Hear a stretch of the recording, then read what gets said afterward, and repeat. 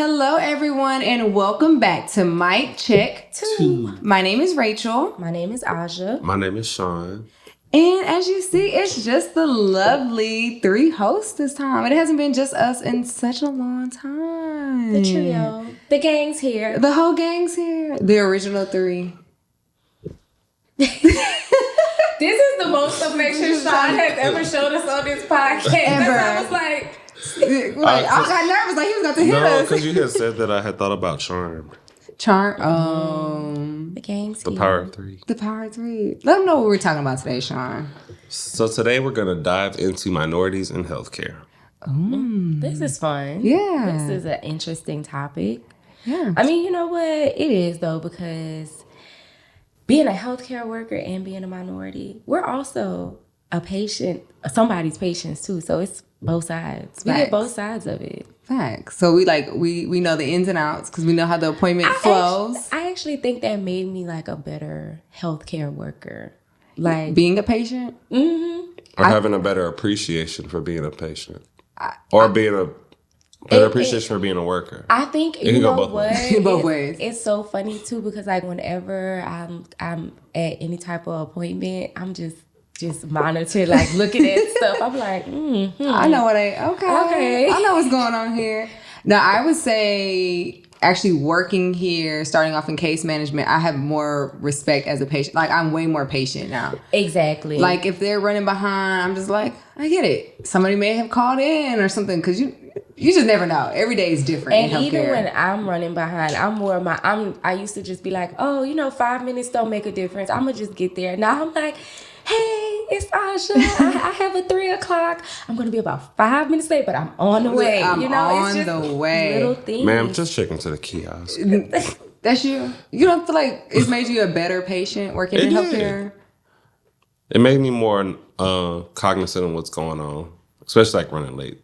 Yeah. Yeah. And making sure I have my insurance card and making Filling out all those documents before the pre-check-in checklist. It makes sense now. You're like, oh, okay, I get why we do it. At first, like, so I've been here like 7 years now before. Like, when I go to the doctor's appointment, I didn't know what they was doing. I just used went to to see the show doctor. up. I should here go to copay. I'm here. But as patients, though, like, I've had bad experiences in healthcare. I feel like being like a minority. Like, last time we were talking about billing and I just see any doctor. So, like, I've had a doctor that wasn't black, and it was a very different experience. So I'm pretty sure, like, a lot of our patients experienced that as well. Yeah. It was just, I felt like the doctor was uncomfortable. You ever experienced? Yeah, like, I felt like the doctor was uncomfortable. I could understand that. Yeah, and it made me uncomfortable. I was like, well, are we all right? Yeah. So what's wait, going on? let's backtrack to that because there's a good question we're going to tie into that. Okay. So, but what would be, let's start with good experiences. Okay. I've had a lot of good experiences. Like what? I can say here, I've been here. I have had an appointment with, shout out to Cindy Wallace. Great experience. Dr. Briscoe, great experience. Right. Great bedside manners. Everybody, they let me know what was going on. Reassured me that I wasn't dying because I'm a hypochondriac. So I'm just... Oh. No, yeah, I've had great experiences too. Like, I saw Cindy too. Mm-hmm. I forced Dr. Sims to see me. He had no choice. I was like, I don't know where you're going. Something's going on, and we're going to figure it out Together. But you know what, too? That's also like funny just because he can't run from me. And then Chase him down with a pitchfork? I know where you work, sir. I know where your desk is. Look, I'm going to be in room 3 whenever you're ready. Come see me. I would say, though, like, I've had better experiences, but I feel like doctors that can relate to me in that manner. Like, I prefer, like, a woman doctor. I prefer, an African-American doctor just because I feel like... We have patients like that, too. Yeah. But I think, too, it's just, just certain things. Like, I don't want to say I could never, but, like, gynecology, I don't think I want a man. So I'm gonna see a black woman. So I think the experience that I said was negative. It was a gyno appointment and it was a man, and I think already he was just like, what are you here for? And I'm just like, hey, something ain't right. Let's figure it out, And he was, they're timid. But I feel like once you kind of get over that, I think as you have to know what you're going in there for, advocate for yourself, and just be like, okay, this is what. That's the one time you really need to be an extrovert. I tell people, I say, you might not speak up no other time, but when you get in this room, you need to tell them what's going on. You need to say everything. That's true. I feel like a lot of times our patients do you think they feel comfortable doing that? For me, just working at the front desk, it's kind of, sometimes it's like hit or miss. It really is hit or miss. From the experiences I've had, patients, when a provider go in there, they'll be like, oh, okay, I can stick with this person. But then sometimes they'll be like, hey, do you possibly have an African-American doctor? Or like for the male patients, they'll be like, do you happen to have a man? Mm-hmm. So when I do my physicals, if I have anything going on like down there or whatnot, they feel more comfortable talking to a man just because I guess they can better relate. Even though a female doctor, nothing against them. But that makes sense. I feel like if I have to talk about cramps, a man is... not gonna probably understand that. I don't think he's gonna understand what I'm even though it's like, and it's kind of weird because I think for me, I think it's a mental thing more so because they're a doctor. So they know. They know, like a man doctor can still tell you about your cramps. I know, but I feel like maybe she had mind, one. Maybe she had one, so she's gonna understand. She can relate to me, and she. Because that's how I was when I saw Latricia. I'm like Dr. Goody. I'm like, yeah. So about the ultrasound result, yeah. What's going on? Yeah. So I just feel like you would understand. Like if you were my doctor and I was telling you about I'm having these cramps, you would be like, oh, okay. But have you tried Tylenol? Like I feel like you have an experience. Do you use Midol? But I feel like when I'm talking to like a woman physician, they kind of would understand it better. Do you have a preference, Sean, when you go to your healthcare provider? Well, because I go to Sugar, but we don't have any male providers. I know if I was going to Bel Air, I would always see Dr. Sims. Mm-hmm. So that would, I guess, I would prefer a guy. In the back of my mind, I mean, either way, I'm just like, hey, as long as we can get done, you can prescribe me what I need, and you can cure my illness. If you can cure my illness, I'm good with it. Yeah, you're like, yeah. Because you get allergies real bad. I have them right now. So. Yeah, I know you get them real bad. Have anybody had like a really bad experience though? Like you feel like because of your race ever? I feel like I did. You want to share it? When I broke my ankle. Oh. So I felt like when I initially broke my ankle, it did not, I was in shock. But once the shock wears off and then it started to swell, I was like, feel like a bus then ran over me. Like, call the nurse. The nurse button. Like, give me the meds. Like, give me the meds. And, I did have the emergency doctor or the doctor on call.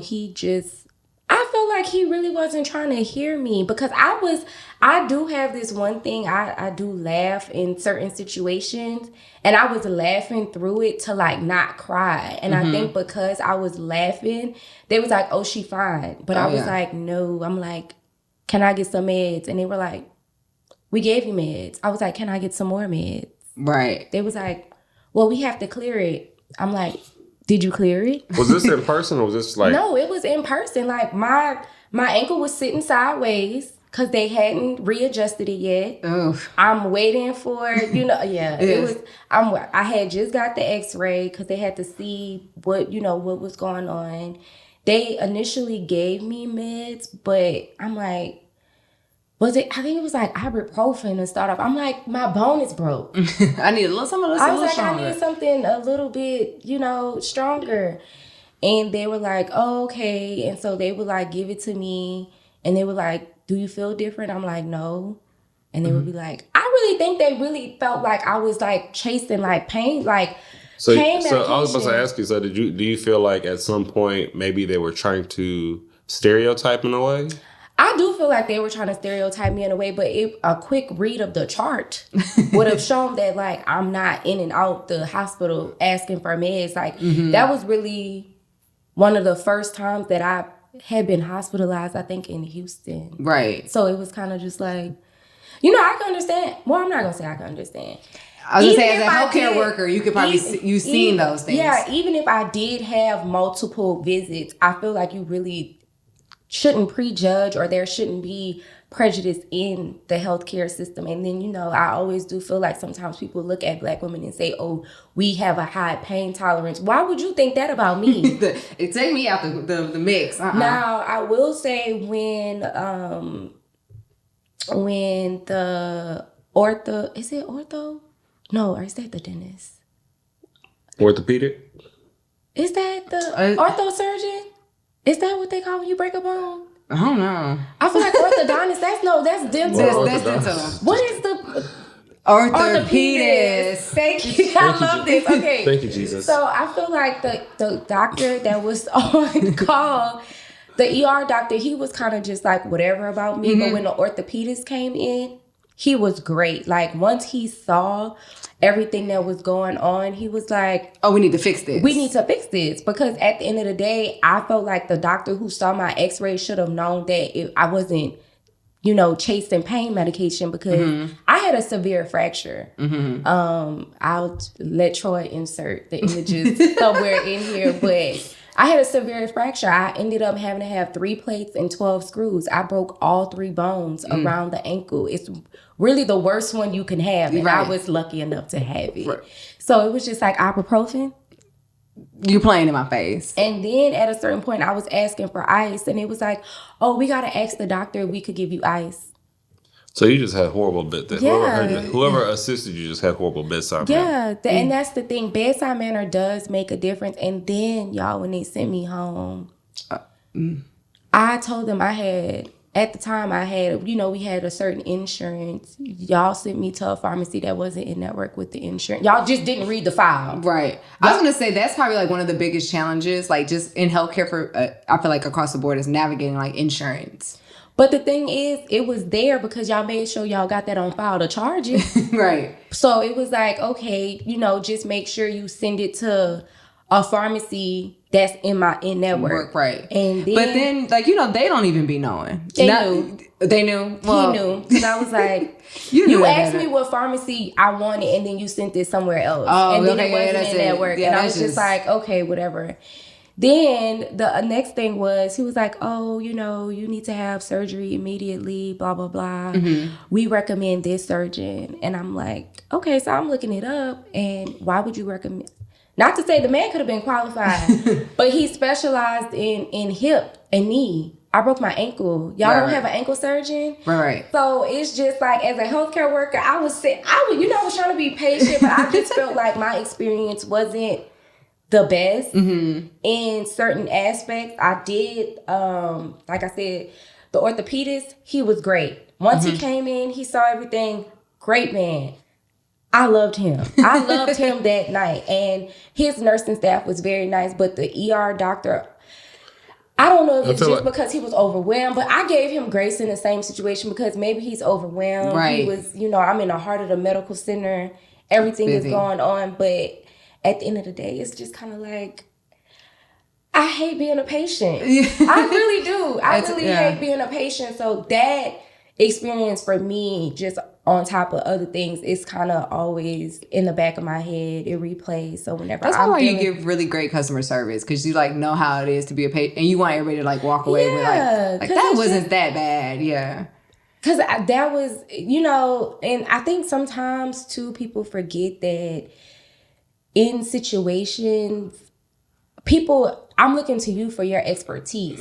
So please provide it. Yeah. This is new to me. You know, I never broken a bone. I'm confused. I'm like, what's going on? Yeah. Help me navigate it. Yeah, help me navigate it and understand it a little better. But hey, sometimes you just gotta charge it. You know, you just gotta charge it. I'm glad the orthopedist came in. He readjusted me. Got you right. They put me under that anesthesia. I woke up. I'm in a splint. I'm in a cast. I'm like, okay, get me out of here. Now I can go. I was going to say, too, what I do think with the, you know, Peyton has sickle cell. So a lot of, when they get older, their stereotype is like that they're seeking drugs for the pain management, but like the morphines and all that stuff.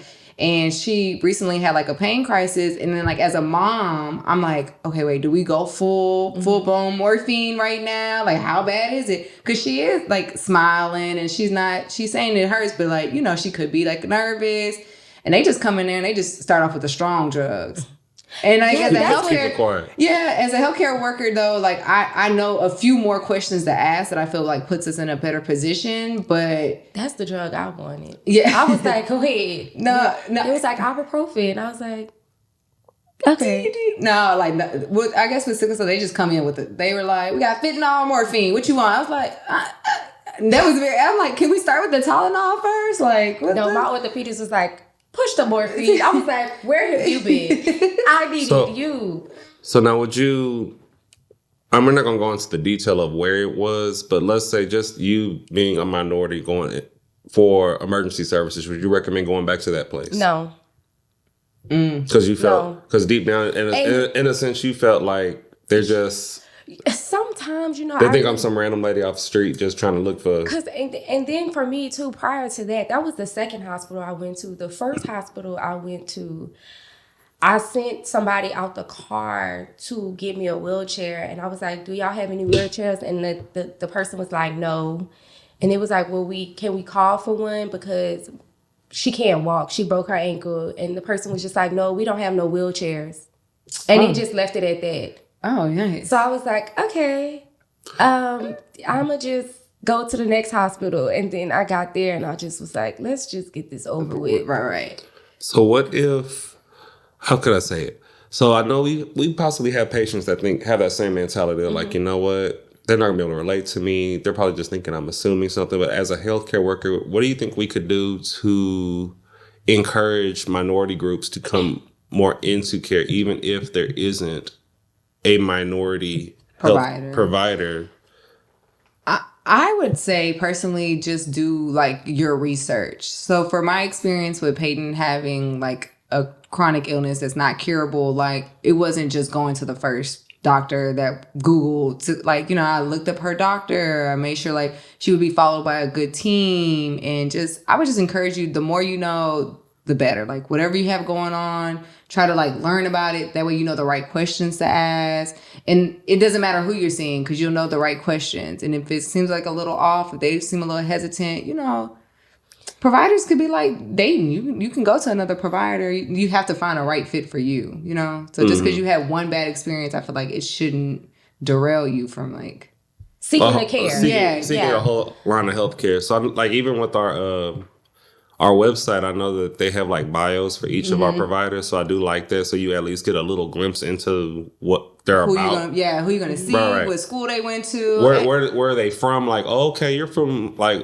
Petroria. Oh, okay, you're from New York. I'm from New York. You know what? We have that in common. And then like you said, how you looked up your specialist and like, oh, they do hip and knees. I got my ankle, like, and you advocated for yourself to find like, okay, do y'all have an ankle specialist and all that? I think how I actually found my surgeon was my friend recommended my surgeon to me. So I think too, it's just talking amongst like your community, your community, because like I said, I didn't know anything. I had a conversation with my friend, and she was like, oh, my sister is an anesthesiologist, and she was the anesthesiologist for this doctor, and he just so happened to be an orthopedic surgeon. And she was like, no, she's watched him work. Like, he's great. That's how I found my doctor. Right, just word of mouth. By word of mouth and having a conversation, like bringing it up. Like, imagine if I just decided I want to do everything on my own. And I think too, that's just always just having that conversation, because honestly, I don't know what people go through. You don't know what they know. You don't know their experiences. You don't know who they know. Even with I didn't mean to cut you off. Even with some families actually have a preferred doctor for their entire family. They're like, right. Yeah, like I know a lot of like minority, like even on like from my side my dad's side of the family, I know they have like one in particular doctor that the whole family goes like, okay, this is our person. We drive 20 miles out the way, but we know he's our, So Sean, working in a community though, like I know you have to like encourage folks to come down and get their health checked out and stuff like that. So what do? How do you encourage them? I just ask questions. Like if I know someone myself that may always be getting sick or always catch a cold, it's like, do you think something going on? Or Right. you don't try to imply or insinuate anything. And you just try to be mindful of how you word things, but you just say, hey, you always say, when was the last time you seen a doctor? Maybe I know I have a friend for me because there's, like you said earlier, I have horrible allergies. And he's, to this day, he will always recommend, he was like, have you seen an ENT specialist? It's just like, you always have something going on with your nose. Like, can you go go to an ENT specialist? Like, when have you made your appointment? I really have my best friend does this all the time. No, that's my mom. Like, y'all know my mama. Shout out my mama. I love her. But it was so funny because one random day, like, I got a text message and it was like, you have an appointment with Dr. such and such ENT at 2 p.m. She scheduled your appointment. I said, ma'am. She said, well, you said something was, and but I love that. Yeah. I love that. Shout out to my mama for doing that. People laugh. I'm like, I am grateful because, you know, it's the little things like that. Because sometimes even too, we may overlook certain things or, you know, sometimes they say healthcare workers make the worst patients, but I think like providers may make bad patients, but I think being like in St. Hope, I've been able to like ask better questions. Yeah. I would say that for me. Like, I know like, okay, like this is what really matters. We can skip all the fluffy stuff. Like, here's my insurance. What do we need? This is what I'm going through. Like, what's the best plan of action? So it's better questions. Like, you got to know what to ask. You gotta, it's just, it's funny. No, we do make kind of bad patients. So even with you going with the expectation like this is what we do here at our job. This is how we treat. This is how we do. This is the process for our patients when they come in. This is their care level. So when I go in, right, and I'm like, oh my God, you got. Am I waiting in the lobby? Yeah, we don't have attitudes over here. No, I will say. So my mom is going through some health things, and you know we wear scrubs. So like going into like a hospital, and you got scrubs on. The doctor starts talking to you with the medical terms. I'll be like, don't let the scrubs fool you. Like you're gonna have to simple it down a little bit. See, and it's so funny because me and Rachel are the total opposite. Because when I go somewhere with my scrubs, I'm sitting from. I'm looking. I am Big Brother. What is going on? Yeah, so put me in the room. Yeah, no. No, my mom was always like, what happened? Well, they said this. Yeah. I said, but you know, this isn't medical advice. Please follow up with your provider. No, it's funny. So do you think, honestly, so if you think about it, I think outside of what we do, if you, like, let's just say you go in with scrubs, do you think they take you more serious? They do. Yeah. They do. Yeah, no, for they're like, we don't know what they do, but there's somewhere in healthcare, so let me at least act like they got some. Yeah. I definitely give a little more tender loving care. Yeah, I feel like for my mom example, the doctor when I had my scrubs on was just like, okay, like you know what's gonna happen here, like you understand. Right. Like I feel like you can relate more to healthcare workers because you're like. You know what we're going through. You know we're trying our best. You know, it's like giving the grace thing. Like, you know, she may not look good today, but we're running all the tests. We're doing everything we're supposed to be doing. Like, and you're more like, you could be like, is that fluids? Is that antibiotics? What's that for? Like, I feel like too, I feel like sometimes people explain a little bit like, oh, this is what we're doing. I feel like you get a little bit extra updates. Let me go change them to my scrub. I'm gonna wear my scrubs. So now we're gonna have all these listeners going to scrub stores like, let me go buy me a pair of scrubs. So they can, when they come in, you're gonna check them in. They need to be seen right away. They got on scrubs. That's how you're gonna do. No, I need you to pull them back in 5 minutes. I remember one time I was going to the nail shop after work, and I had my scrubs. And this lady was like, oh, ma'am, I'm not trying to disturb you, but I got this. I was like, ma'am, no. I'm off. This is the night. She was like, do your job take this insurance? I was like, I will ask the eligibility and billing team. I said, but I do not know that offhand. I am so sorry. So what made y'all want to get into healthcare? I wanted to be a pediatrician when I was younger. Yeah, I wanted to be a pediatrician. I was like, I'm gonna be in peds. But as I got older, I realized that it wasn't just gonna be the rainbows and butterflies with the kids, and I couldn't take that. I had to divert. Like I was like, Yeah, I originally went to school for nursing.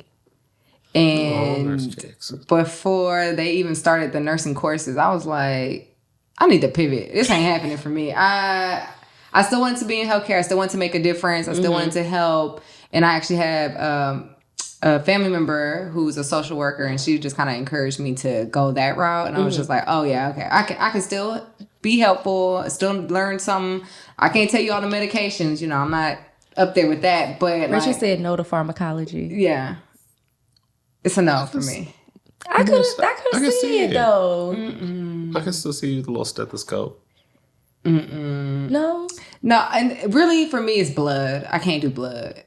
They have a phlebotomist. Not always. Sometimes they call in, and that's when you give grace because you're a healthcare worker. Well, no. If she would have been a nurse in ER, she would have had to draw that blood. Oh. It wasn't happening. Rachel, it was like my freshman semester. I was like, let me go talk to my advisor. Pack me up. No, thank you. No, thank you. That's how I felt like once I got older and I, you kind of start doing your research, and I'm like, I gotta look for child abuse. I gotta look for sexual assault. I'm like, oh no, I can't do that. Not with the children. No, yeah, that's why I never did CPS. I would be too invested. So I was like, yeah, no. But I feel like it's made a difference because, like I said, like I know what to look for, I know what not to ask. You know, no question is silly though, and like I'm able to navigate in my life better. Like with my daughter, like okay. Let me talk to the social worker. Bring the social worker out here. Because, where is she at? Where is she at? And I think for me, it really was, I'm real pro get my MSMs, which is our homosexual community, get them into care. Like if you are any kind of high risk behavior. Because I mean, I see a lot of things working in the industry outside of here. So it really does feel good when you can encourage people. Like, you know, you see things, you're like, hey, and people talk about it on like Facebook, Instagram or whatnot, of how they do this, and this. And it's like, I remember one lady went on live and she had no clue what to do with healthcare. She was like, she was gaining weight, but she was trans. And she was like, I don't know what to do, like where I can go, what I can do, who to see. And nobody had an answer for it. And I'm like, girl, you got a lot of all these people watching. You don't know what's going on. And so I had reached out to her and was like, hey, you know, we have doctors that do hormone therapy. We have providers that can see about your diabetes. Like, here's the number, call here. I'm like, if you don't know, here's our website. Just research who you feel comfortable with, but here's who I would recommend for you. I think would be a good fit for you. And they're even like 10 minutes from because she stayed close to Bel Air. So I think me being in the community, it just, and being like at the front desk, it just encourages me to like reach out to people to have them come into care. And you see it all. Okay, advocate. Yeah, you get it all. Like, you know the ins and outs. Like, y'all run the clinic. Yeah. Yeah. So you know, like, okay, this is a provider I recommend for you. Right. This will get what you need because I know what they specialize in. Like, yeah. So that's good. Yeah. Have you had any bad experiences? I don't think we asked you. I'd have to knock on wood because I have yet to have a bad experience. I had a good experience. Let's talk about it. I finally went to the dentist. Went to the dentist last week. I was so proud. That was a life goal. Hold on. When was the last time you went before that? I hate going to the dentist. Oh, okay, I think it was like a year. I hate going. And so I'm always, anybody at Sugar Land knows, like, I will holler when I get in that chair. I will holler and kick and fight. Like, yeah, I've seen you get a blood draw before. It's not fun. It's not pretty. I seen Dr. Nassar came in and she was so freaking sweet. And I was like, oh my God. And then she has like this big smile. I'm like, okay, lady. Like, I guess I can't cut. Like, I guess I can't cut. I'm not going to cut up in your chair. I'm not going to cut up. And so she's like, we're going to do a deep clean. And all. I'm like, girl, look, I'm going to let you know right now. This is going to go out of one of two ways. It's going to go far left or it's going to go far right, but there's no in between. So choose your battle. And she's like, no, I'm very tender. So I remember when she was trying to numb my mouth, I'm like, this is the main part I hate. And this is why I don't like coming to the dentist because I hate getting needles in my mouth. And she had did some little thing. I don't know what kind of technique it was, but I've never had it done. But she put the needle like right on the gum and somehow she used a little spoon mirror thingy. And she like massaged the needle into the gum. And I was like, oh. All right, sis, go off. See, I never had that happen. Now I'm interested. Yeah, I'm about to make when an I went to the appointment. dentist, they just be like, Just I was like, ooh.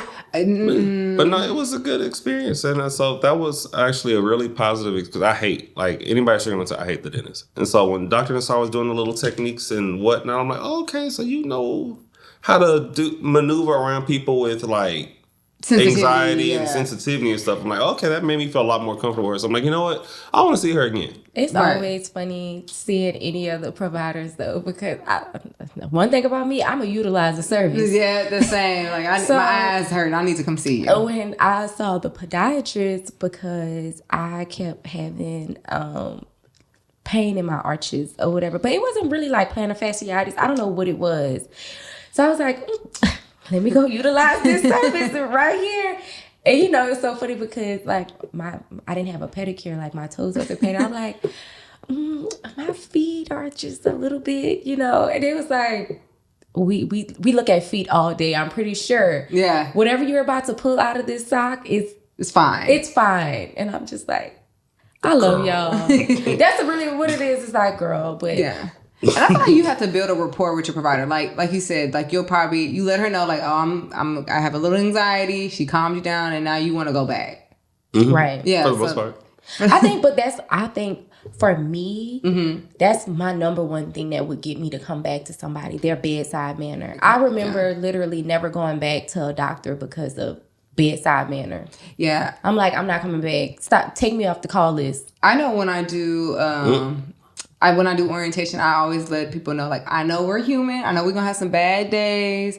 But, like, just try not to let the patient see that, because it really does make a difference in people's care. Like, they already taken off work, anxiety to come, co-pays, take me traffic. Off the call list. Yeah. If it's bad customer service, like, yeah. The bedside manner will kill me it's no going back. No. It could have been the cleanest, the most top-notch facility. They could have given me free matcha for life. If that bedside manner is not great when I get into that room, right, I'm not coming back. So now, if you have that good experience, do you ever talk about it to your friends or family? You recommend it? I'm calling my mom as soon as I get out there. My foot not even crossing that door sill. Like Mama, I saw this doctor named Dr. So-and-so, and you know, they were so wonderful. No, that's my biggest thing. Mm-hmm. That, as a healthcare worker, that is my biggest thing. I'm calling, my body is not even out the parking lot yet. I'm in the car like, this was great. Mm-hmm. And I'm really one of those people wherever I go, who can I talk to? Mm-hmm. Who can I talk to? Because I love leaving a Google review. What y'all got going on in here, but I like it. It don't change anything, because this is great. Mm-hmm. This is great. So, no. So even like if you get with your group of girlfriends and you be like, girl, I went and seen like this foot doctor, and then the next thing you know, I guess that's how they kind of build their patients. The word of mouth really will like make or break you. Right. Like, I feel like as far as healthcare, because if you have a bad experience, you gonna hear about, somebody is going to talk about it. But if you have a great experience, somebody, you know, is really going to talk about it. Because anytime I need to see any type of physician or anything, I'm asking people around me first. Mm-hmm. You know, I'm like, y'all got a dermatologist? Y'all have an endocrinologist? Anything, like, whatever. I've been cut you off again. Do you think minority, do you think we talk about healthcare amongst our friends enough? Like, let's say, let me dig a little into it. So, like, let's say I went to a restaurant. We could talk about food all day. Mm-hmm. So you'd be like, hey, did you try that new restaurant that opened there off of Kirby? And they're like, oh, I've never had it. Let's Google it. Boom. Okay, we're going to go. But do you think we ever have those same type of conversations when it comes to health? I feel like people could have them more, but I mean, as far as the people that I'm around, I feel like we talk about it a lot, because it's always funny, because the group chat or the phone call, I don't really want to be TMI, but what do you think about this? And I'm like, oh, you might want to go to the doctor. You might want to go to the doctor. I do think as a community, we do need to talk about certain things more. Mm-hmm. And just bringing it up like casually. I think the more casually you bring it up, the easier it is to talk about something. Like it should be easy. Like we talk about food recommendations. So I would say for like my situation, like my friends, we talk about therapy. Like I'm like, oh, this is my therapist. She great. Yeah. Highly recommend her. Like we'll be having drinks. I'll be like, my therapist said. They be like, okay, girl, we get it. We get it. We get it. Okay, Rich. But but like I feel like we don't talk about like the medical side of it though. Right. Like we're not like, oh, TMI, da da da da da, or like we're not checking up for their follow-ups or nothing like that. But like I know I push therapy, but I do agree like we should be pushing more. Like if you talk about like, let's say when you have mentioned cramps and be like, girl, I don't know about your cramps in a group chat. Like, No. what? Oh no, we never discourage it. No, my group chat is funny because it's coming in there. It's coming in there. Like, We need to know. TMI, and it's always the disclaimer, TMI, but I'm just like, I think it's kind of normal because honestly, I don't care what your bill of health is. We're all going through something. You may have chronic headaches. You may, have back pain. Somebody is going through something. Your iron may be low. Somebody is going through something. So you might as well just talk about it. Basically. Right. Do you feel like you talk about it enough? Like, that's what I said. Like, me and my best friend, if we say something's wrong, it's like, okay, have you seen this person? Because I know a person, yeah. Because I know a person. If you haven't seen a person, I know a person. I get you their phone number, and then you can schedule and go see. So what do you think, like, as a community, we should do more, though, to encourage? Because we have a platform, like, at St. Hope, and I want to bring back community events, personally. Yeah, I was just about to say, I think community events would be a great idea just to get the talks and the conversations back going.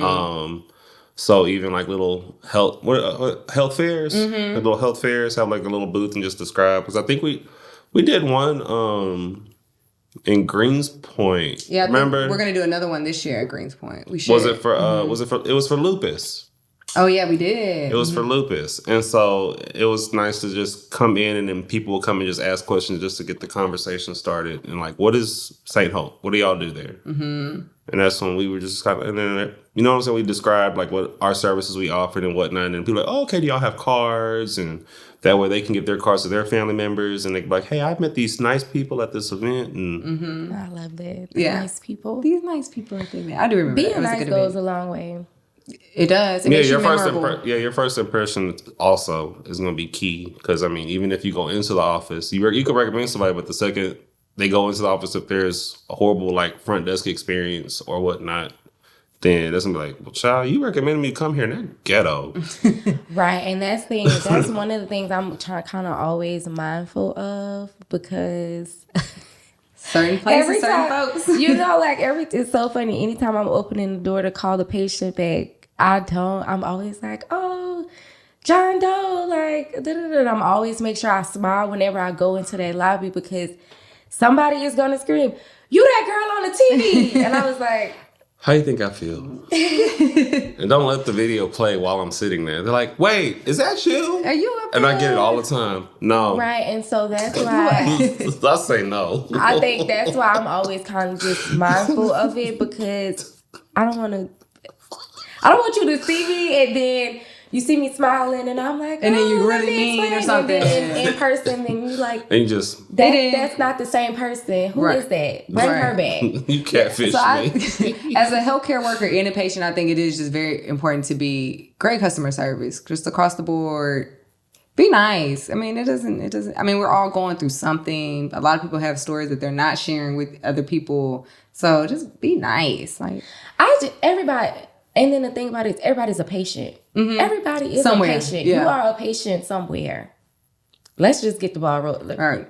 Let's keep it 100. Let's keep it 100 and not be scared to talk about it. Let's never be scared to talk about it. So yeah, now we're having a conversation. But you know what I do think too? I am happy with my generation and the generation after me. I am proud of the amount of minorities we are seeing get into healthcare and picking certain specialties and things like that. I love that. Like when match day comes around. Oh yeah. I'm in everybody comments. I don't care who you are. Congrats. Yeah, congrats. I love that though because it was a time where finding a doctor that looks like you or could relate to you was very difficult. It was very difficult. You were probably going to see, you know, a Caucasian male. Let's be very honest. Yeah. And so now I'm happy for everybody who could walk into a doctor's office and get an Asian woman or a Hispanic male, because they typically understand, like,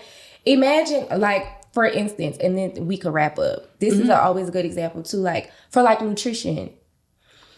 If I'm seeing a nutritionist, I'm going to want to see somebody that's Black, just because you understand culturally the food that I'm going to eat and the battle that it might be for me. Right, because I don't have the That's resources. Yeah. You know what I mean? Because you know what... You know, on Sunday after church, what we're going to eat. And I'm sure, like, a Hispanic person would appreciate that too, because, you know... They know the culture. Staples. Yeah. You know the staples of what's in that culture. So... Even them being bilingual. Right.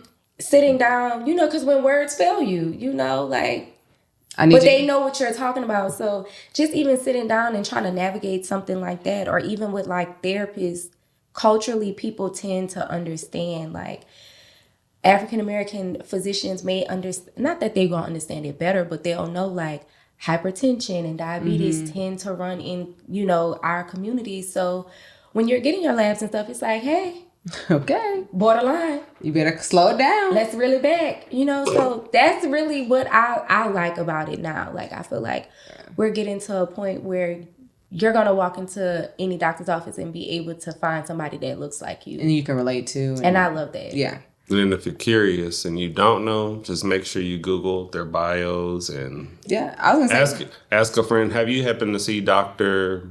John Doe, such and such? What do you think?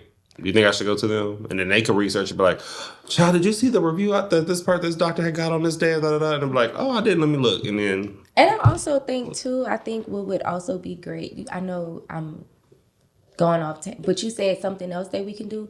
I think we should, like, normalize going to the doctor with people as a support system. You know, like... Or checking in on your friends if you know they had a doctor with, like, a follow-up. Like, hey, did everything go okay? My best friend does it.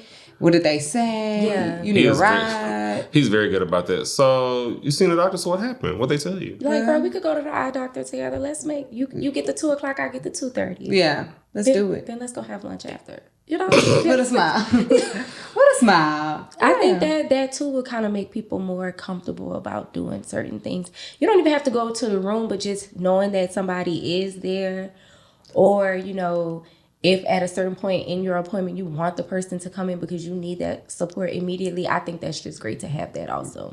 So you know you're not alone. And then, like, sometimes you may know a question to ask that your friend doesn't know. Oh yeah, because when it's time for me to roll up in that room, what can we explain that? Just what one more that time. mean? And she got to take this pill twice a day, with or without food. Do morning or afternoon, or is it every 12 hours? Is she waking up at 2 a.m.? A meal or a snack? Don't bring me in the room. Because I do be asking questions. Like, huh? She did. Say it one more time. That's why Peyton. Yeah. Huh? She needed run it back? Okay. We got it. We understand. Baby, that's why it's so important to ask questions. You would think I was the patient. Don't let me come in the room with you, because we have a couple of patients that do that here. I love that. Me too. Like that, have friends that come with them as a support system, and they'll ask questions that the friend may not be knowledgeable of or may not even know what to ask. My next, I'm gonna call you. Come sit Girl, with me. and I'm gonna be right there with my. Okay, so you said what? Okay, how the lab's looking from 3 months ago? Are we still on the right track? What could we do better? What's next? What's next? Tell them what's next, Sean. Well, what's next? I would say is scheduling your doctor's appointment. Yes. By calling 713-778-1300 or visiting our website at offeringhope.org. Checking out them bios. Check out your bios. That's the ultimate goal of every episode. Call us. We got you. We got you. We got y'all. Because they say, Hope, you're more than just a